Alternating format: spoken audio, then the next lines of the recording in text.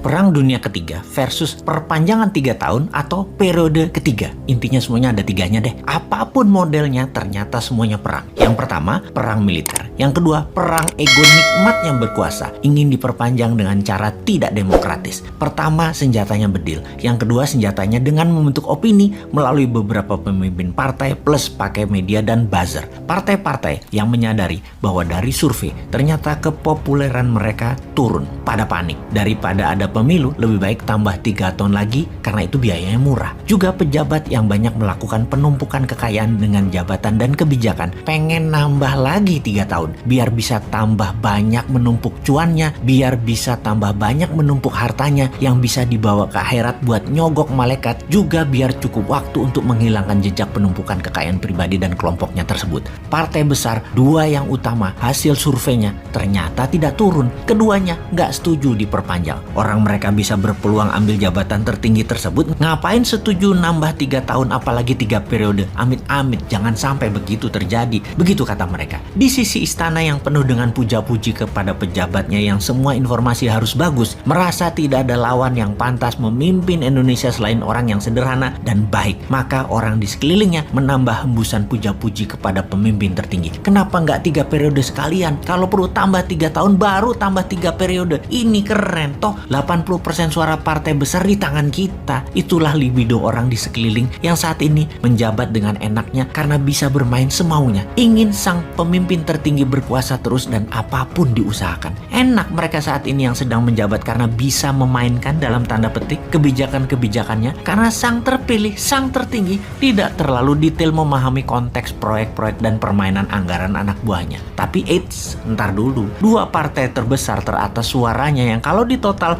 suaranya mencapai kurang lebih 33%. Nggak maulah. Jadi suara perpanjangan jabatan 3 periode tidak akan memenuhi quorum, tidak akan sampai 2/3. Maka rencana perpanjangan 3 tahun atau tambahan 3 periode kemungkinan tidak terjadi. Tidak terjadi. Sulit dan tidak mungkin. Walau libido penguasa saat ini pada mau, tapi mimpi tambahan 3 tahun itu hanya mimpi basah anak remaja. Jadi bagaimana solusinya? Mungkin lebih baik konsolidasi. Bagaimana nanti di tahun 2024 calon yang jadi dalam tanda petik sekali lagi adalah orang dari kelompok besar yang 80% ini yang mereka saat ini sedang otak-atik gatuk dan berbagi-bagi di antara mereka untuk 5 tahun ke depan sampai 2029. Prabowo, Puan, Ganjar, Sandi, Anies, RK, Ridwan Kamil, semua satu perahu sekarang. Saya ulangi lagi, semua satu perahu besar mereka saat ini. Percaya deh, wong bodoh ngaku pinter ini walaupun dewa mabok jurusnya. Kalau yang ngeh akan benang merah tarikan analisanya, pasti pada setuju maksudnya Bosman ini.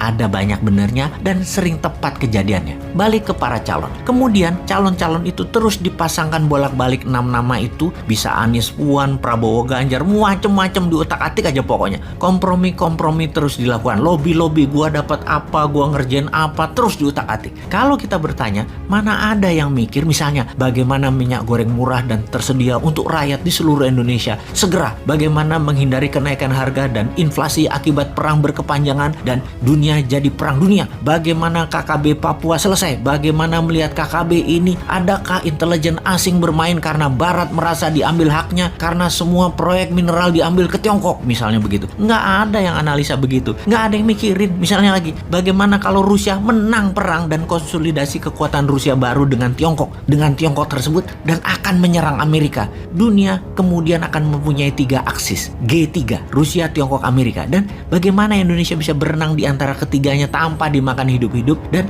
menjadi pemersatu ketiganya dan menjadi negara lebih besar dari ketiganya. Nggak ada yang mikir gituan, nyampe juga kagak. Mana ada yang mikir sekali lagi. Dan siapa yang mikir seperti itu? Ya hanya Newman yang mikirin langkah-langkah tersebut walau terlihat halu namun arahnya jelas. Kembali ke politik 2024. Apa yang terjadi kalau hanya ada satu pasang calon presiden dan wakil presiden karena sudah terjadi kompromi dan konsolidasi sehingga calon seberang siapapun mereka gak akan dapat perahu. Lawannya kertas kosong. Yang terjadi adalah Indonesia tidak akan berubah. Tetap akan gini-gini aja. Pemerintahnya akan semakin represif menekan. Makin otoriter dan makin tidak tumbuh ekonominya karena terlalu sentralisasi dan kelompokisasi. Gila susah banget ngomongnya. Rakyat tetap bebas memilih, namun propaganda pembenarannya masif diarahkan ke kelompok besar. Fakta yang lain yang kecil-kecil dihilangkan. Ujungnya tidak akan ada peluang kemajuan yang akan terjadi.